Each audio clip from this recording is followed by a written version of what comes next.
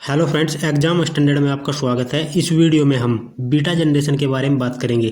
आखिर क्या है बीटा जनरेशन, जिसका आगाज जनवरी 2025 से हो चुका है। जनवरी 2025 से लेकर 2039 के बीच जितने भी बच्चे पैदा होंगे ये सब बीटा जनरेशन का हिस्सा होंगे।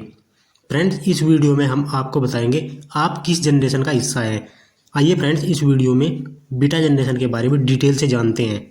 जनरेशन बीटा, एक नई पीढ़ी का आगाज साल 2025 से एक नई पीढ़ी की शुरुआत हो गई है, जिसे जनरेशन बीटा कहा गया है। यह पीढ़ी 2025 से 2039 के बीच जन्म लेने वाले बच्चों को दर्शाती है। इन बच्चों का जीवन तकनीक से घिरा होगा और वे एक ऐसे युग में बड़े होंगे जहां कृत्रिम बुद्धिमत्ता, एआई, रोबोटिक्स और स्वचालित तकनीकें हर रोजमर्रा का हिस्सा होंगी। जनरेशन बीटा का परिचय। इससे पहले हमने जनरेशन जेड 1997 से 2012 और जनरेशन अल्फा 2010 से लेकर 2024 के बीच सुना है। अब बारी है जनरेशन बीटा की। इन बच्चों का नाम ग्रीक वर्णमाला के अक्षरों पर आधारित है, जो अल्फा के बाद बीटा पर आया है। यह पीढ़ी तकनीकी प्रगति के साथ साथ नई सामाजिक और पर्यावरणीय चुनौतियों का सामना करेगी।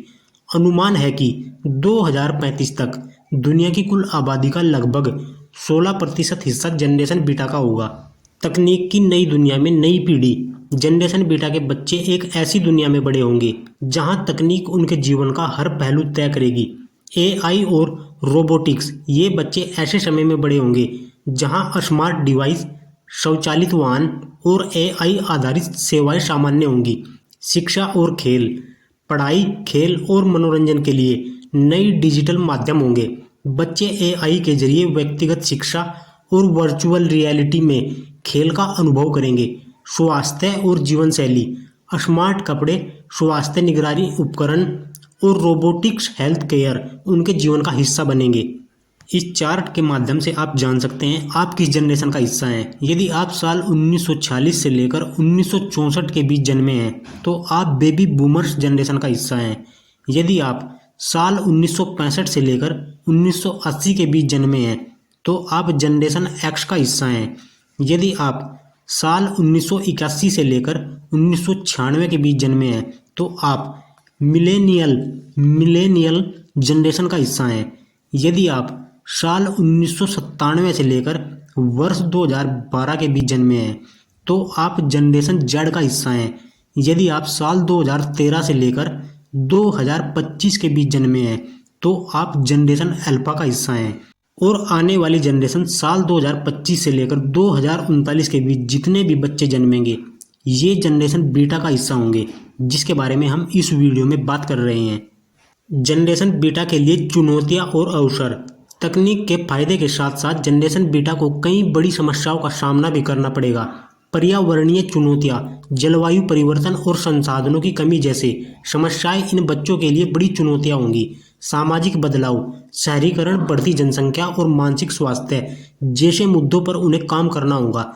तकनीक पर निर्भरता, तकनीकी प्रगति के बीच उन्हें यह सीखना होगा कि मानवीय संबंधों और भावनाओं को कैसे संभाला जाता है। जनरेशन बीटा के लिए भविष्य की उम्मीदें। जनरेशन बीटा एक ऐसी पीढ़ी होगी जो तकनीक का उपयोग न केवल अपने जीवन को बेहतर बनाने के लिए करेगी, बल्कि सामाजिक और पर्यावरणीय समस्याओं को हल करने में भी सक्रिय भूमिका निभाएगी। उन्हें नई सोच, रचनात्मकता और सहयोग के साथ इस बदलती दुनिया में खुद को ढालना होगा। जनरेशन बीटा न केवल तकनीकी विकास का प्रतीक है, बल्कि एक ऐसी पीढ़ी का परिचायक भी है जो चुनौतियों का सामना करते हुए दुनिया को एक नई दिशा देने की अक्षमता रखती है। फ्रेंड्स, इस वीडियो में हमने जाना जनरेशन बीटा क्या है और जनरेशन बीटा के बच्चे 2025 से लेकर 2039 तक के बीच में पैदा होंगे और यह पूरी की पूरी जनरेशन बीटा के अंतर्गत आएगी।